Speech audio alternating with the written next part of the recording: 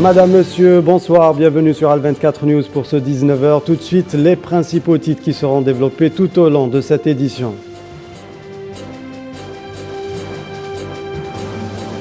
Les Émirats Arabes Unis frappés par une attaque, c'est la capitale Abu Dhabi qui a été visée par des drones Houthis, faisant 3 morts et 6 blessés selon un premier bilan communiqué par l'agence officielle WAM, l'Algérie qui condamne cet attentat.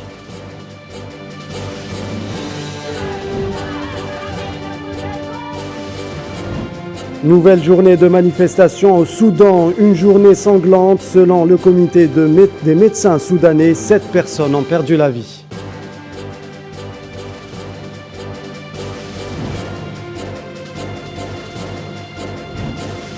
Santé Covid-19, l'Autriche, premier pays européen à rendre la vaccination obligatoire pour tous les adultes contre le coronavirus. Nous parlerons également de nouvelles manifestations contre les mesures sanitaires au pays.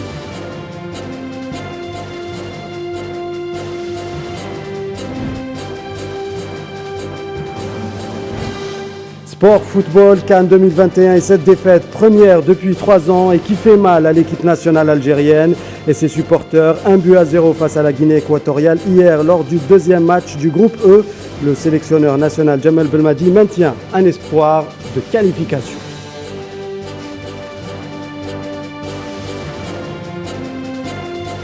Une attaque inédite depuis le début du conflit au Yémen. Abu Dhabi a été frappé par des drones lancés par les Houthis, faisant 3 morts et 6 blessés, selon un premier bilan communiqué par l'agence officielle WAM. 2 sites importants ont été ciblés dans la capitale des Émirats Arabes Unis. L'explosion de 3 camions citernes transportant du carburant a causé un incendie impressionnant dans la zone industrielle de Moussafa. Les détails avec Sofiane Barouti. Les autorités émiraties ont annoncé l'ouverture d'une enquête afin de déterminer les causes ayant conduit à l'explosion de camions-citernes à Abu Dhabi. En effet, un incendie de grande ampleur s'est déclaré avant d'entraîner de grandes déflagrations au niveau du réservoir de stockage de la société ADNOC, la compagnie pétrolière émiratie. Les premiers éléments de l'enquête indiquent que ces explosions seraient l'œuvre d'attaques au drone ou de missiles balistiques mis à exécution par les Houthis du Yémen. Un peu plus tard, des médias saoudiens ont fait état de la mise en échec d'une attaque au drone ayant pris pour cible le sud du royaume. Ces événements surviennent alors que la guerre au Yémen fait rage et entre dans sa 7e année. Les Houthis avaient annoncé une offensive après l'enlèvement d'un navire émirati dans la zone stratégique d'El Hodeïda en mer Rouge. Plusieurs acteurs régionaux et internationaux avaient tiré la sonnette d'alarme sur ce qu'ils ont qualifié de menaces sur le trafic maritime dans cette zone particulièrement instable. Et l'Algérie a condamné via un communiqué du ministère des Affaires étrangères dans les termes les plus forts les attentats d'aujourd'hui, lundi, dans la région de Moussafa et l'aéroport international d'Abu Dhabi aux Émirats Arabes Unis. Le communiqué ajoute que l'Algérie exprime ses sincères condoléances aux Émirats Arabes Unis ainsi qu'aux familles des victimes et souhaite un prompt rétablissement aux blessés. Nous vous le disions en titre, nouvelle journée de protestation. Nouvelle journée donc de protestation au Soudan. Plusieurs rassemblements ont été observés dans plusieurs villes du pays. À Khartoum, les manifestants venus nombreux se sont une nouvelle fois dirigés vers le siège de la présidence. Le comité des médecins soudanais annonce la mort de 7 personnes. Amin Touta. Parallèlement aux efforts onusiens pour désamorcer la crise, les vagues de manifestations continuent à marquer le paysage politique soudanais. Entre la composante militaire et civile, le bras de fer s'illustre à travers les protestations des rues depuis le coup de force du 25 octobre passé. Selon les comités de résistance populaire, le mouvement comptait se diriger vers le palais présidentiel en signe d'opposition à la politique menée par la composante militaire. Et en prévision de cette nouvelle démonstration populaire, l'ambassade des États-Unis à Khartoum avait appelé ses citoyens à faire preuve de prudence avant les manifestations prévues dans un certain nombre de provinces soudanaises. Dans la foulée de ces protestations, la mission intégrée des Nations Unies au Soudan poursuit ses consultations avec les parties de la crise politique dans le pays. Une initiative saluée par le Conseil de la souveraineté ainsi que les forces de la libération et du changement. La mission a fait savoir dans un communiqué que les consultations se poursuivent avec les parties prenantes sur le processus politique, notant qu'elle a tenu d'importantes réunions avec des partis politiques et un certain nombre de représentants des comités de résistance. Elle a précisé que le chef de la mission, Volker Perthes, assistait à distance aux réunions en raison de son infection par le Covid-19. Pour rappel, la mission onusienne s'était engagée dans des consultations préliminaires individuelles avec toutes les parties soudanaises. Des efforts et des initiatives qui n'ont pas pour le moment aidé à délier la crise et calmer la colère de la rue, notamment après la démission du Premier ministre Abdallah Hamdouk en début d'année. Et nous allons nous intéresser à Patrice Lumumba, militant anticolonialiste panafricain avant l'heure, jeune et avant-gardiste. Il a à lui seul incarné l'espoir d'une génération, d'un pays et d'un continent. Militant chevronné de l'indépendance congolaise, son discours autant que Premier ministre et ministre de la Défense de la République du Congo, prononcé lors de la cérémonie de l'indépendance à Léopoldville le 30 juin 1960, restera à jamais gravé dans les mémoires collectives des Congolais et des Africains. Tinina Makassi. À vous tous mes amis qui avez lutté sans relâche à nos côtés, je vous demande de faire de ce 30 juin 1960 une date illustre que vous garderez infatigablement gravée dans vos cœurs. C'est par ces mots que Patrice Lumumba entamera son discours lors de la cérémonie de l'indépendance du Congo. Ce pays d'Afrique centrale qui fera face au colonialisme belge de 1908 à 1960 date de son indépendance. Le tournant dans la vie militante de Lumumba se fera à la conférence des peuples africains en décembre 1958 à Accra, où il rencontrera les pères du panafricanisme, Frantz Fanon, Kwame Nkrumah, Félix Roland Moumié. Après cette rencontre, il s'affirmera résolument indépendantiste et rêve d'un État-nation et d'une Afrique unie dans ses luttes anticoloniales. Dès son retour dans son pays, il consacrera son temps à la construction d'un mouvement nationaliste. L'indépendance du Congo ne sera pas pacifique et le colon belge usera de tous les moyens pour protéger ses intérêts. Son attachement viscéral aux intérêts de son pays et à l'unité nationale conduira à son assassinat un certain 17 janvier 1961. Un crime crapuleux fomenté par les puissances occidentales et leur relais au Congo. Vive l'indépendance et l'unité africaine. Vive les Congos indépendants et souverains.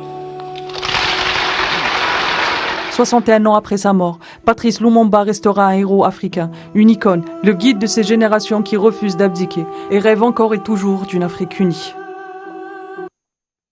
La mémoire, travail important de la lutte des jeunes panafricains, cette jeunesse qui aujourd'hui porte avec fierté son histoire pour mieux appréhender son avenir.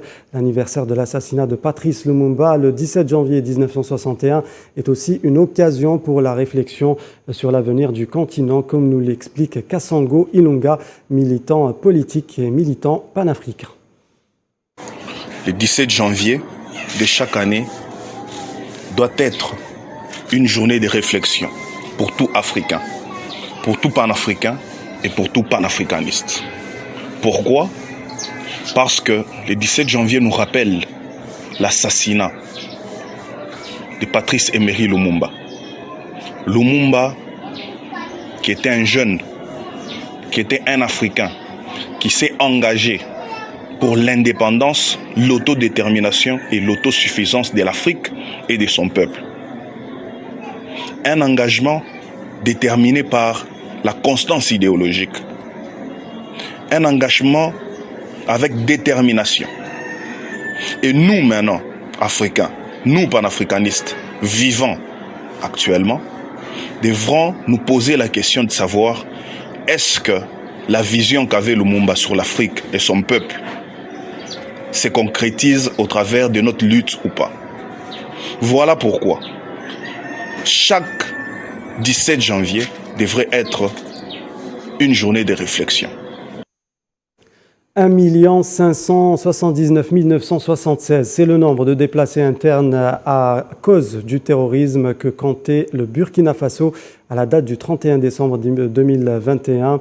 Plus de 60% sont des enfants. L'insécurité dans le pays qui a également engendré la fermeture de plus de 3000 établissements scolaires.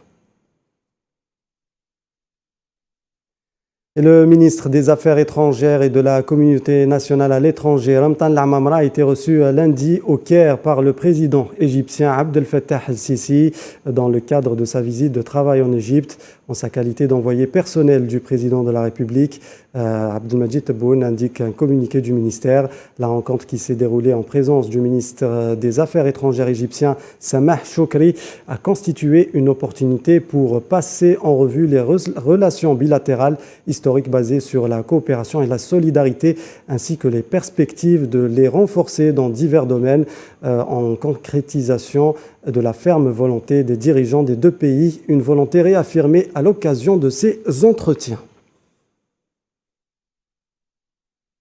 Et en Europe, dans le dossier de la crise ukrainienne, la nouvelle chef de la diplomatie allemande, Annalena Baerbock, entame son voyage à Kiev et Moscou, une visite qui survient après une semaine de discussions à Kiev comme à Moscou. Annalena Baerbock veut plaider pour une relance du format Normandie, associant aux côtés de l'Ukraine et de la Russie, l'Allemagne et la France. Amin Toutah. Der Ukraine, und das steht für uns und für mich persönlich nicht zur Debatte. Entre Kiev et Moscou, la chef de la diplomatie allemande Annalena Baerbock est attendue dans ces deux capitales afin de mettre à table l'apport de Berlin dans la crise qui tend les relations des deux pays depuis le déploiement des forces russes près de la frontière ukrainienne et la récente tension entre l'Occident et le Kremlin suite au mouvement de l'Alliance OTAN en Europe. Selon des observateurs, cette tournée allemande dans l'est du continent serait une occasion pour la nouvelle diplomatie allemande de relancer le format Normandie adopté en 2014, qui rassemblait les deux parties du conflit, Russie-Ukraine, ainsi que l'Allemagne et la France, et ce dans l'objectif de lancer une négociation diplomatique significative pour trouver une solution pacifique au conflit en Ukraine. Pour l'actuelle tournée diplomatique, Baerbock avait affirmé le souhait d'un dialogue sérieux avec la Russie. Quelques heures avant la rencontre Lavrov-Baerbock, le chef de la diplomatie russe avait indiqué lors de son dernier rendez-vous médiatique le rejet de Moscou de toute forme d'expansion de l'OTAN dans l'est du continent, rejetant ainsi la présence de bases occidentales en Ukraine et exigeant des garanties sécuritaires de la part des Occidentaux, à laquelle la Russie attend des réponses concrètes. Et concernant l'accord sur le nucléaire iranien, les pourparlers à grande échelle ont repris aujourd'hui avec le Royaume-Uni et l'Allemagne, représentés par de nouveaux négociateurs en chef. Aucun délai de fin des pourparlers n'a été formellement fixé, mais s'il n'y a pas de progrès en moins de 2 semaines, le processus prendra fin. Et en Serbie, un amendement constitutionnel visant à renforcer l'indépendance du pouvoir judiciaire a été approuvé par les Serbes hier. 60,5% ont voté pour. Ce scrutin qui s'est concentré entre autres sur les changements dans l'élection des juges et des procureurs selon le gouvernement. Cette réforme est nécessaire pour son adhésion à l'Union européenne. Et au Portugal, l'ouverture officielle de la campagne électorale hier. Les législatives anticipées sont prévues le 30 janvier. Le socialiste António Costa, grand favori de ce scrutin, peine à former une majorité stable. Après 4 années de croissance économique et 2 de crise sanitaire, dont la gestion n'est pas contestée, les observateurs prédisent une nette victoire des socialistes. Une journée de vote par anticipation aura lieu dimanche prochain dans le but de réduire le nombre d'électeurs privés d'isoloirs s'ils étaient en quarantaine. Direction la France où le Parlement a fini par adopter par un ultime vote de l'Assemblée le projet de loi controversé instaurant le pass vaccinal. Le gouvernement veut le voir entrer en vigueur au plus vite face au raz-de-marée du Covid-19. Pass vaccinal, pass sanitaire, quelle est réellement la différence entre les deux? Réponse dans ce sujet signée Neila Hamoud. Fini le pass sanitaire. Les députés français ont définitivement voté pour la transformation du pass sanitaire en pass vaccinal. Selon le texte adopté à une très large majorité, il faudra désormais pouvoir justifier d'un statut vaccinal, c'est-à-dire que les 3 doses de vaccin sont nécessaires pour détenir ce pass. Ce nouveau sésame s'appliquera à tous dès 16 ans pour accéder aux activités de loisirs, restaurants et bars, mais aussi aux foires ou transports publics interrégionaux. Le pass sanitaire, lui, restera maintenu pour l'accès aux établissements et services de santé. Les accompagnants, les visiteurs et les malades accueillis pour des soins programmés pourront continuer à présenter un justificatif de vaccination ou le résultat d'un test négatif ou un certificat de rétablissement du Covid-19. Les jeunes de 12 à 15 ans ne seront pas concernés. Pas besoin pour eux de présenter un pass vaccinal, un pass sanitaire suffira. Le contrôle est de mise. Dans les bars, restaurants et cinémas, l'identité des clients pourrait être vérifiée en cas de soupçon de fraude. Sanction pour la présentation d'un faux pass acheté, 3 ans de prison et 45 000 € d'amende. L'opposition ayant saisi le Conseil constitutionnel, le test ne pourra pas entrer en vigueur avant la fin de la semaine prochaine. Amende en Grèce pour les plus de 60 ans non vaccinés. L'Autriche, premier pays européen à rendre la vaccination obligatoire pour tous les adultes contre le coronavirus. Nouvelle manifestation contre les mesures sanitaires aux Pays-Bas. Tour de l'actualité sanitaire du continent européen avec Naila Aït Hamouda, encore une fois. L'Autriche va devenir le premier pays européen à rendre obligatoire la vaccination contre le Covid-19 pour tous les adultes, et ce, à partir du mois de février. Une décision prise alors que le projet divise au Parlement, mais également au sein de la population. 27 000 personnes manifestaient encore ce samedi dans la capitale contre cette mesure controversée, accusée de bafouer les libertés individuelles. De lourdes sanctions pourraient être prises à l'encontre des non-vaccinés. Le délit sera passible d'amende allant de 600 à 3 600 € en cas de récidive. Exception, les femmes enceintes et toutes les personnes qui ne peuvent pas recevoir le vaccin pour des raisons médicales ne seront pas soumises à cette obligation. En Grèce, les personnes non vaccinées âgées de plus de 60 ans devront payer chaque mois 100 € d'amende à partir d'aujourd'hui, rappelant que la vaccination est obligatoire pour cette tranche d'âge. Enfin, aux Pays-Bas, des milliers de personnes ont à nouveau manifesté à Amsterdam pour dénoncer la gestion de la pandémie. Après un mois de fermeture, certains magasins non essentiels ont été autorisés à réouvrir vendredi. Mais les bars et les restaurants, eux, resteront fermés. Et ce variant Omicron arrivé à Pékin samedi menace les Jeux olympiques d'hiver prévus dans 3 semaines. Ce lundi, le nombre de cas de Covid-19 en Chine a atteint son plus haut niveau depuis mars 2020. 223 nouveaux cas ont été signalés dans le pays, dont 80 dans la ville portuaire de Tianjin. Les athlètes et les représentants ont déjà commencé à arriver dans la capitale en prévision des Jeux, entrant immédiatement dans une bulle étroitement contrôlée qui les sépare entièrement du reste de la population.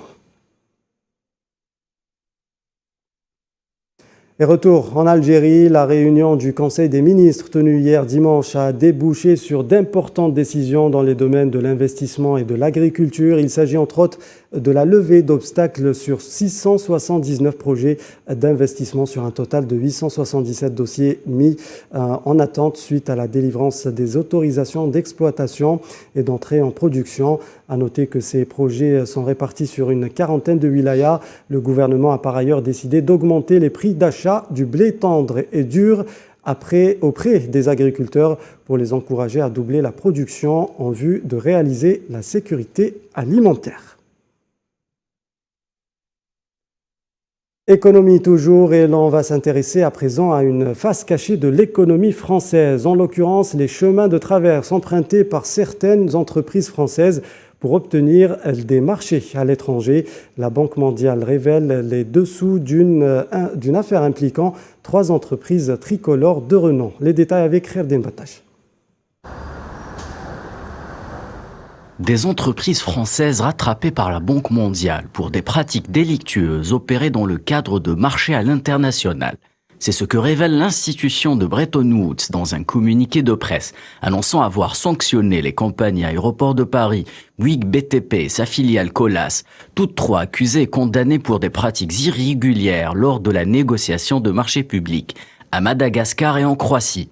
Le groupe de la Banque mondiale annonce aujourd'hui la sanction de 24 mois de la société française ADP International SA, anciennement ADP Management, pour pratiques collusoires dans le cadre du projet Aéroport Madagascar et les pratiques frauduleuses dans le cadre du projet de l'aéroport de Zagreb. La sanction consiste en une exclusion de 12 mois suivie d'une non-exclusion conditionnelle de 12 mois. Selon le communiqué de la Banque mondiale, les faits remontent à 2015 lorsque le consortium français se positionne pour un contrat de rénovation et d'extension des aéroports malgaches d'Antananarivo-Ivato et Nosy-Béfassen en 2014. Les compagnies françaises qui ont plaidé coupables ont été sanctionnées pour avoir négocié directement avec les autorités locales dans le cadre d'un marché gré à gré. La Banque mondiale révèle des réunions inappropriées avec des responsables gouvernementaux malgaches. Pour sa part, Aéroport de Paris est impliqué dans un deuxième dossier en Croatie où elle a été accusée d'avoir employé un intermédiaire sans le déclarer à la Société financière internationale, alors qu'elle cherchait à obtenir la concession de l'aéroport de Zagreb. Les faits s'étant déroulés entre juin 2011 et mars 2014. Ayant plaidé coupable, le consortium a accepté les sanctions infligées par la Banque mondiale. 1 an sans participer à aucun appel d'offres et 1 année de mise à l'épreuve pour Aéroport de Paris. Bouygues Bâtiment International a de son côté accepté une mise à l'épreuve d'1 an, tandis que Colas Madagascar est exclu pendant 2 ans des marchés financés par l'institution américaine. Et cette démission du président du Crédit Suisse, Antonio Horta Osorio, il quitte son poste seulement 8 mois et demi après son arrivée aux commandes. En décembre, son mandat avait été éclaboussé par des révélations dans la presse autour des règles de quarantaine qu'il avait enfreint lors d'un bref séjour en Suisse. D'autres éléments ont montré que le dirigeant avait aussi enfreint des règles d'isolement pour assister à la finale du tournoi de tennis de Wimbledon. Une enquête avait été commandée par le conseil d'administration. En Irak, 3 mois après les résultats des élections législatives donnant vainqueur Moqtada Sadr, les tractations politiques sont en cours en Irak.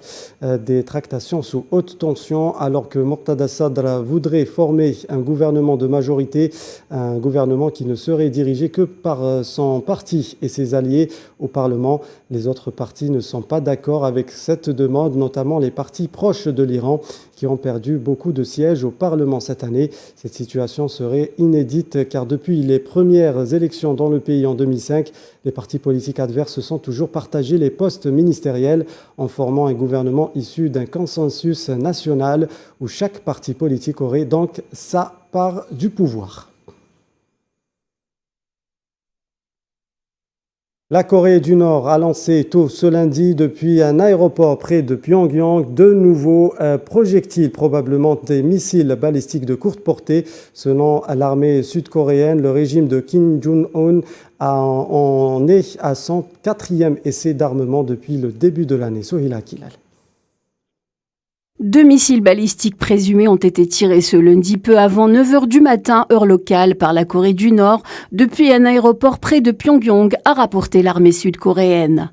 Les 2 missiles balistiques de courte portée ont parcouru 380 km à une altitude de 42 km, selon les chefs d'état-major interarmes de Corée du Sud.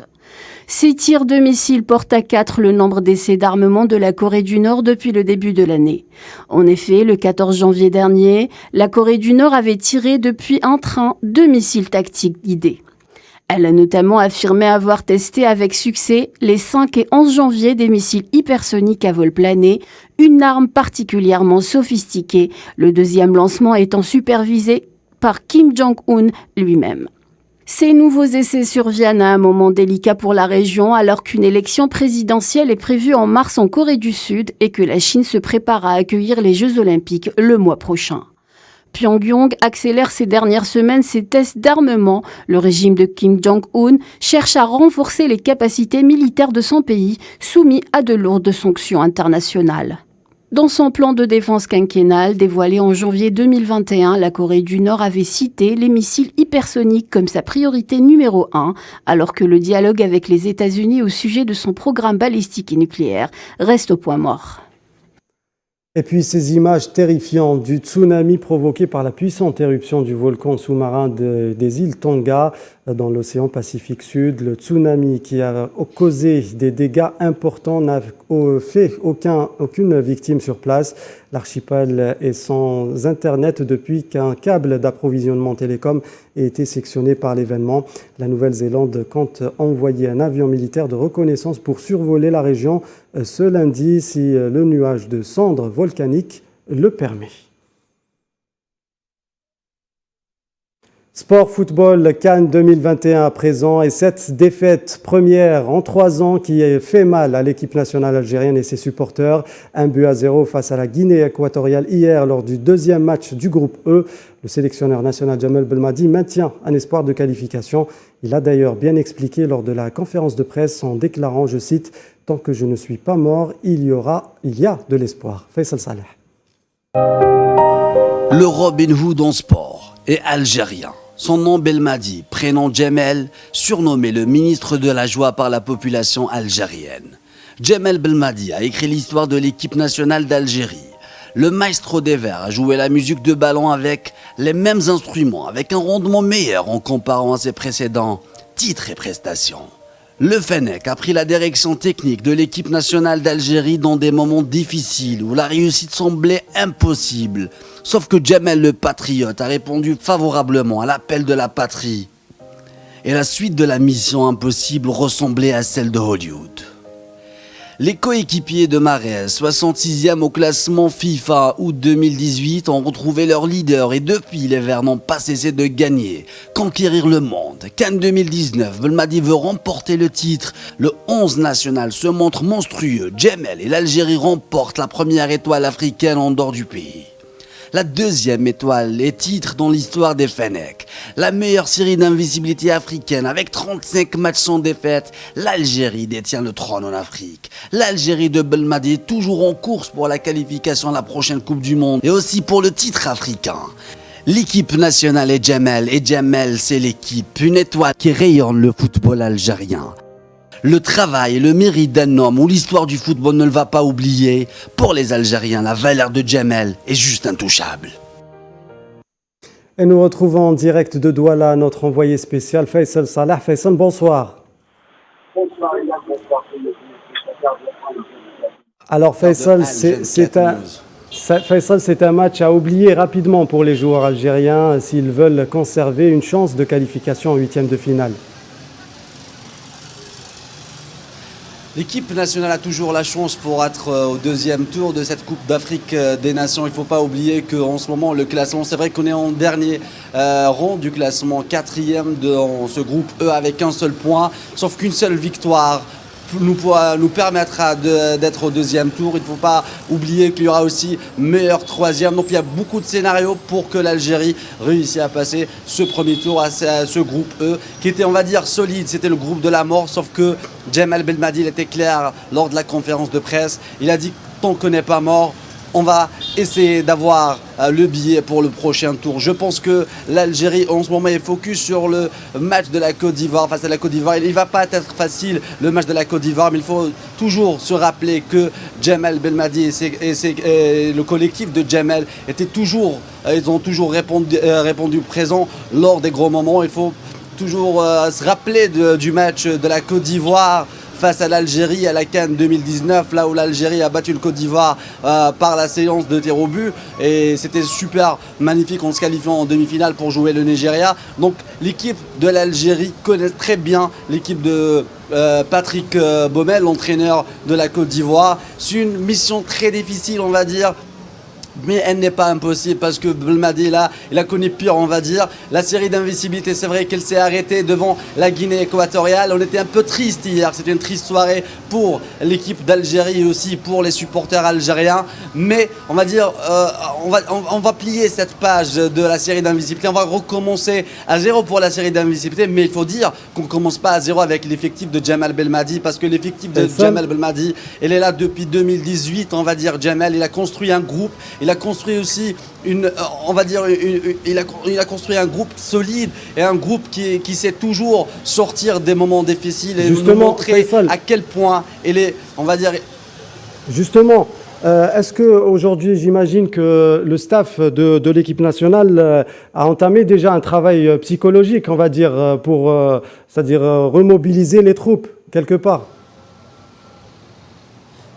Il n'y a pas que ça, il y avait le travail psychologique de Djamel Belmadi avec ses protégés, mais aussi il y avait la séance d'entraînement qui était à l'annexe de Japoma Stadium, elle était fermée pour la presse. Je pense que Djamel Belmadi, il est déjà, le cerveau de Djamel Belmadi, il pense déjà au match de la Côte d'Ivoire. Djamel, si l'équipe nationale gagne devant la Côte d'Ivoire, les scénarios de la Coupe d'Afrique des Nations peuvent tous changer. L'Algérie est toujours favori, il ne faut pas l'oublier, il faut toujours faire confiance au vert parce que tout simplement on est toujours favori. Dans le cas qu'on gagne 2-0 face à la Côte d'Ivoire, l'Algérie passe sans compter les, on va dire, sont rentrés dans les calculs, sont rentrés dans le deuxième match entre la Guinée équatoriale et aussi la Sierra Leone. C'est des matchs très difficiles dans le groupe E. On n'attendait pas à ce groupe, on va dire, cette force de la Sierra Leone ou de la Guinée équatoriale. Le match d'hier, il était décisif, on va dire,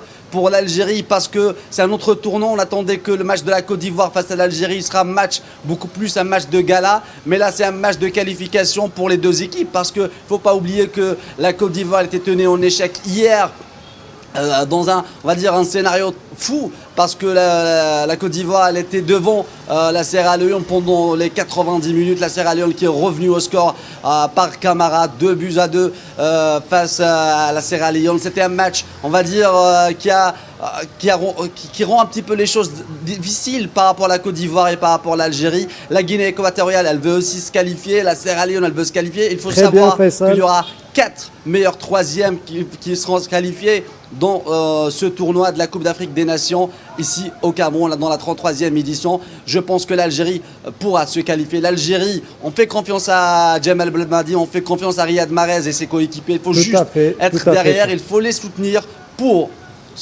Tout à fait, Faisal, on peut dire que donc l'Algérie... Pour se qualifier, pour aller très loin dans cette Coupe d'Afrique. Voilà, l'Algérie donc qui garde toutes ses chances pour se qualifier pour les huitièmes de finale. Merci beaucoup Faisal Saleh. Je rappelle que vous êtes notre envoyé spécial au Cameroun pour la couverture de cette CAN 2021. Merci beaucoup. Merci beaucoup Riyad et bonne soirée. Bonne soirée à vous aussi. Tennis à présent, après une bataille judiciaire de près de 2 semaines, Novak Djokovic a atterri à Dubaï hier soir. La décision de l'annulation du visa du numéro 1 mondial a été confirmée à l'unanimité par 3 juges australiens. Selon eux, sa présence représentait un risque sanitaire pour la communauté australienne et encourager le sentiment anti-vaccination. Ouverture donc de l'Open d'Australie ce lundi à Melbourne sans Novak Djokovic.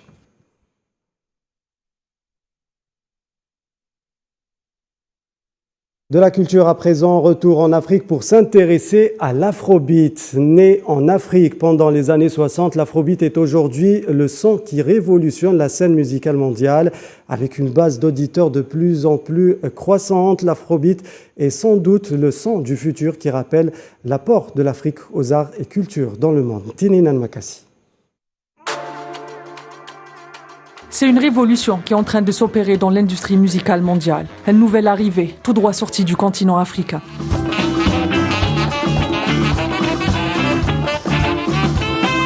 L'afrobeat, ou quand l'Afrique décide de reconfigurer les codes du monde.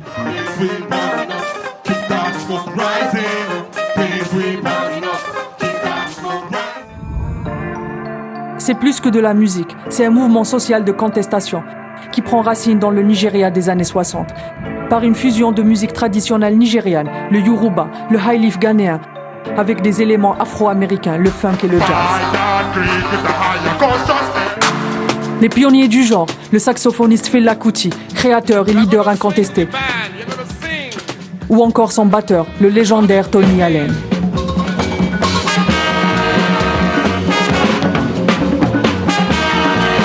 Fela, Tony et tous ceux de cette génération feront de l'afrobeat un mode de vie, une philosophie, une doctrine politique profondément affiliée au panafricanisme et à l'anti-impérialisme.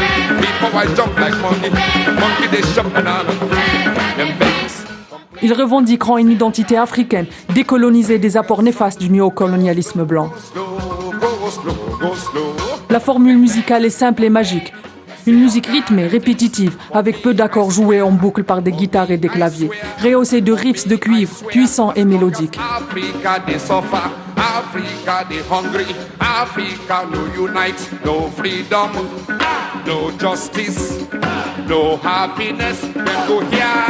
Hier comme aujourd'hui, l'afrobeat reste intimement lié au contexte politique et urbain dans lequel il évolue. Les héritiers qui aujourd'hui marquent ainsi la troisième vague sont aussi nombreux et comme leur père s'identifient d'une culture urbaine africaine. Ils réinventent les codes de contestation et s'affranchissent des codes imposés aux musiciens afro. Ces musiciens et leurs fans écrivent à leur tour une nouvelle page de la musique africaine et affirment que les tendances d'appropriation culturelle et les appétits voraces des grandes maisons de disques ne pourront pas les arrêter.